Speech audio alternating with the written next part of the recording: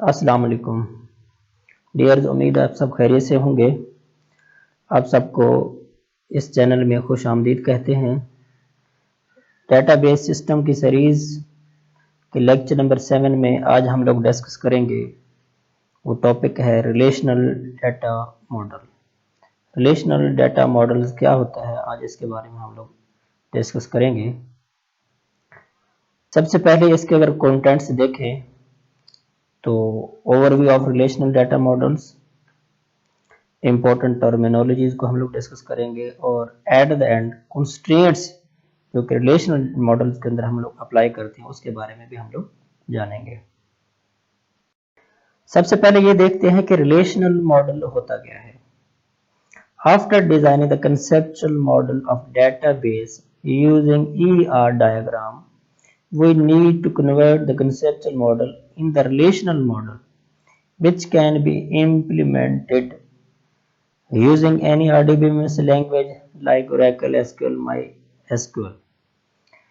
जब हम लोगों ने इससे पहले ER डायग्राम बनाई थी, ER डायग्राम में हम लोगों ने क्या किया था कि रियल वर्ल्ड के अंदर मुख्तलिफ एंटिटीज को हमने लॉजिकल या कंसेप्चुअल वे से हमने आपस में कनेक्ट कर दिया था।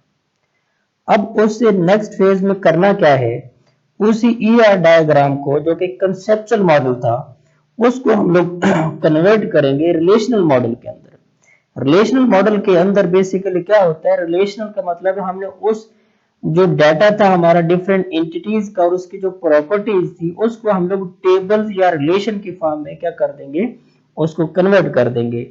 अब वो कन्वर्ट कैसे करते हैं, RDB में इसके डिफरेंट लैंग्वेजेस हैं, इस तरह से SQL है, MySQL है और इस तरह से और भी बहुत सारी लैंग्वेज हैं।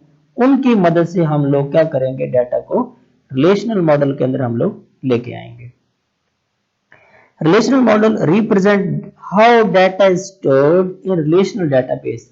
ये जो मॉडल है आपको ये रिप्रेजेंट करता है कि आपका डाटा किस तरह से रिलेशनल डेटाबेस के अंदर स्टोर होगा।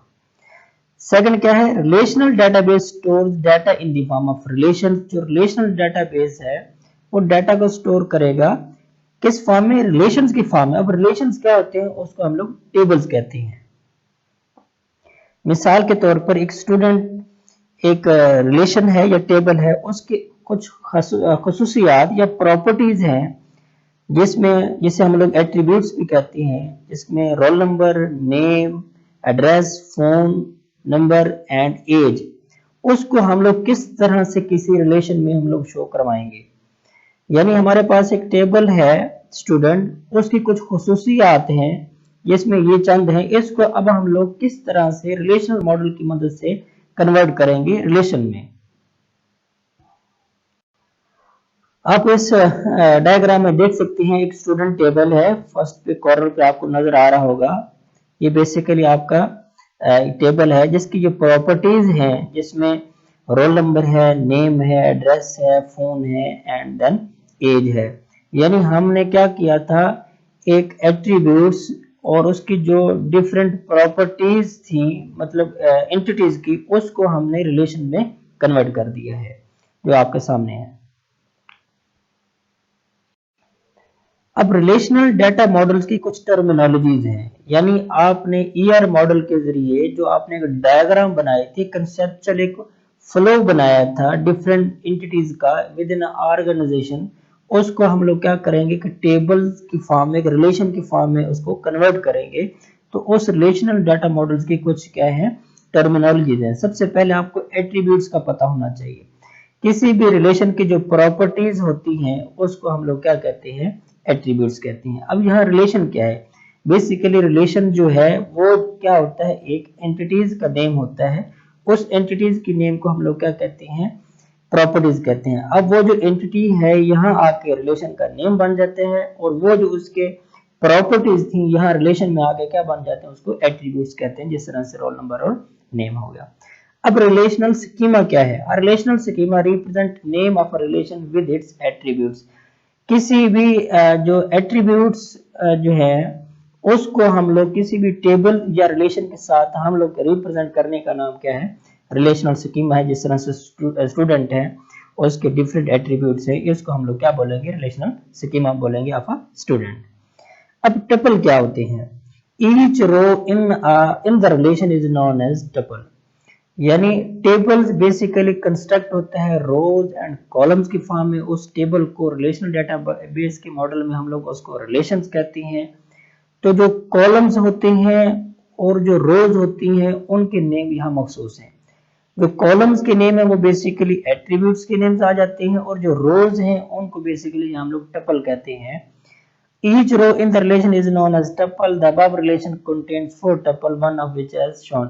अब ऊपर जो अभी हमने स्टूडेंट्स का जो एक रिलेशन आपको दिखाया था उसके अंदर बेसिकली क्या थे, वो 4 टपल थी, यानी 4 रोज थी। फर्स्ट रो में एक डाटा था जिसका रोल नंबर 1 नेम उस्मान था, उसका एड्रेस लाहौर, उसका mobile number 0344 and so on, और इसकी जो एज थी वो 18 है। यानी यहाँ रिलेशनल डेटाबेस के अंदर जो रोज हैं उनको हम लोग टपल्स कहते हैं। सेकंड है रिलेशनल या रिलेशन इंस्टेंस क्या होता है? The set of tuples of relation at a particular instance of time is called relational instance. किसी भी मखसूस टाइम के अंदर उस रिलेशन या उस टेबल्स के अंदर जो डाटा होता है, नंबर ऑफ रोज होती है, उसको हम लोग रिलेशनल या रिलेशन इंस्टेंस कहते हैं। अब वो बेसिकली चेंज होते रहते हैं। जैसे आपने एक नया रिकॉर्ड ऐड किया तो रिलेशन इंस्टेंस चेंज हो गया। अगर आपने रिकॉर्ड को डिलीट कर दिया या उसके अंदर कुछ भी चेंजेस की तो आपका रिलेशन इंस्टेंस है वो बेसिकली चेंज होता रहता है। डिग्री क्या चीज होती है? Number of attributes in the relation is known as degree of the relation. किसी भी इस रिलेशन के अंदर, इस टेबल के अंदर जो नंबर ऑफ एट्रीब्यूट्स या नंबर ऑफ कॉलम्स की तादाद को हम लोग डिग्री कहते हैं। और स्टूडेंट टेबल के अंदर हमारे जो नंबर ऑफ कॉलम्स थे, जो एट्रीब्यूट्स थे, वो कितने थे? 5 थे। तो इसलिए डिग्री ऑफ स्टूडेंट रिलेशन की क्या होगी? वो भी 5 होगी। कॉर्डिनलिटी क्या है? किसी भी रिलेशन की जो नंबर ऑफ टपल्स हैं या नंबर ऑफ रोज हैं उसकी तादाद को क्या कहते हैं? कॉर्डिनलिटी कहते हैं। अब वो स्टूडेंट के अंदर नंबर ऑफ जो रोज थी या टपल्स थी वो कितने थे? वो 4 थे। तो इसकी कॉर्डिनलिटी इस रिलेशन की वो भी 4 ही होगी। अब कॉलम्स क्या होते हैं? बेसिकली कॉलम्स जो होते हैं वो सेट ऑफ वैल्यूज को रिप्रेजेंट करते हैं जो कि एक खास एट्रीब्यूट्स के रेंज में आ रहे होते हैं। जिस तरह से रोल नंबर है, वो स्टूडेंट का एक जो है एक कॉलम था, उसकी जो एट्रीब्यूट्स के अंदर जो वैल्यूज आ रही थी 1 2 3 4, ये बेसिकली एक रोल नंबर क्या है? कॉलम्स हैं, जिसके अंदर क्या होती है? सेट ऑफ वैल्यूज होती है उसी एट्रीब्यूट्स या कॉलम से related.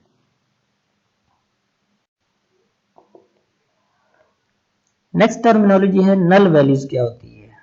The value which is not known और unavailable is called null value. किसी भी टेबल के अंदर अगर खास एक कॉलम्स के अंदर कोई वैल्यू नहीं है, मतलब वो हमें पता नहीं है या वो वैल्यू सिफर है, वो अननोन है, वो अवेलेबल नहीं है, तो क्या होगा? उस वैल्यू को बेसिकली नल वैल्यू कहते हैं।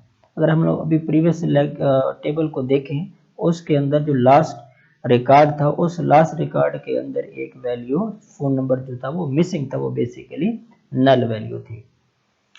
अब एक ओवरऑल डायग्राम है, आप इसमें देख सकती हैं कि एक टेबल है और उसका जो नेम है वो स्टूडेंट्स है। अब यहाँ टेबल्स नहीं बोलेंगे, इस रिलेशन मॉडल के अंदर उसको हम लोग स्टूडेंट्स रिलेशंस बोलेंगे, जिसके जो एट्रीब्यूट्स हैं वो कौन से हैं? Role number, name and phone. इसको बेसिकली क्या कहते हैं? एट्रीब्यूट्स भी कहते हैं या फिर कॉलम्स नेम भी कहते हैं। और सेकंड, ये जो रोज हैं, इन रोज को टपल्स भी कहते हैं या रोज भी कहते हैं। और ये ओवरऑल आपके सामने जो है इसको टेबल या रिलेशन भी कहते हैं। अब इसमें देखें जो नंबर ऑफ रोज हैं वो 4 हैं, इसका मतलब है कॉर्डिनलिटी ऑफ रिलेशन की इसकी वो 4 होगी। नंबर ऑफ कॉलम्स एट्रीब्यूट्स वो 3 है, इसकी डिग्री जो है रिलेशन की वो कितनी होगी? वो 3 होगी।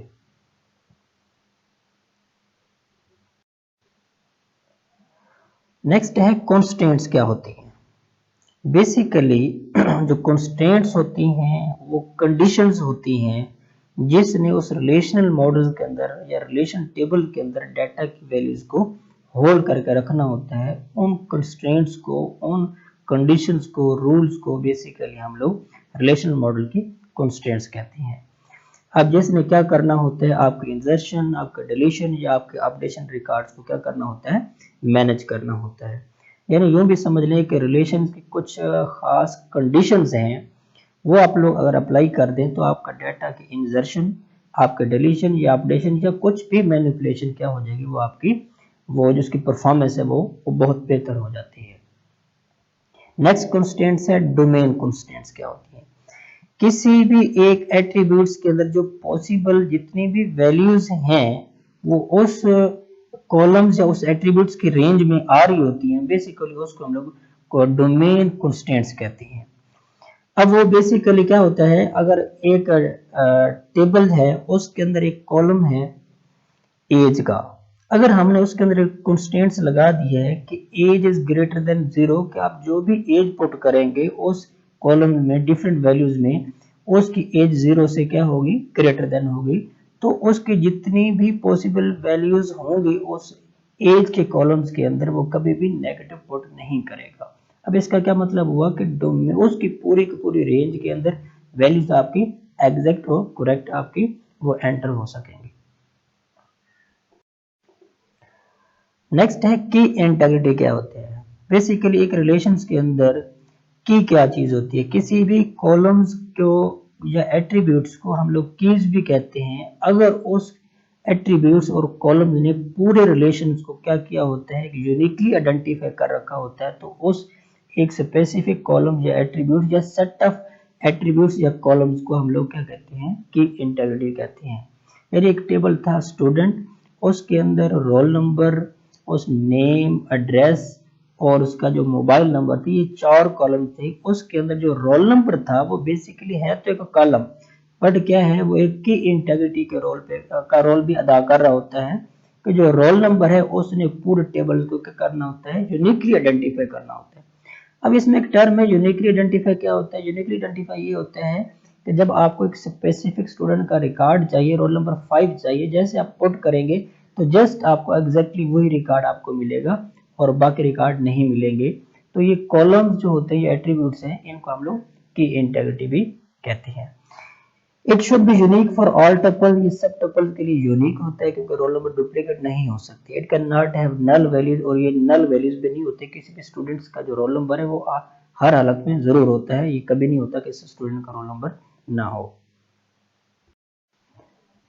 एंड देन नेक्स्ट है referential integrity. When one attribute of a relation can only take values from other attribute of same relation or any other relation is called referential integrity. Let us suppose we have two relations. एक relation हमारे पास student है और second है branch. अब उसके अंदर जो branch code है उसका रिकॉर्ड हम लोग एक्सेस कर सकते हैं किसी दूसरे टेबल से। यानी ब्रांच कोड अगर हम लोग पुट कर दें किसी दूसरे टेबल स्टूडेंट में, तो उसके रेफरेंस से, यानी एक सेम एट्रीब्यूट्स की प्रॉपर्टीज के रेफरेंस से हमें रिकॉर्ड एक्सेस हो जाए, तो वो जो एक कंडीशन जो कॉन्स्टेंट्स होते हैं उसे रेफरेंशियल इंटेग्रिटी कहते हैं। मजीद हम लोग इसको नेक्स्ट लेक्चर में भी देख लेंगे।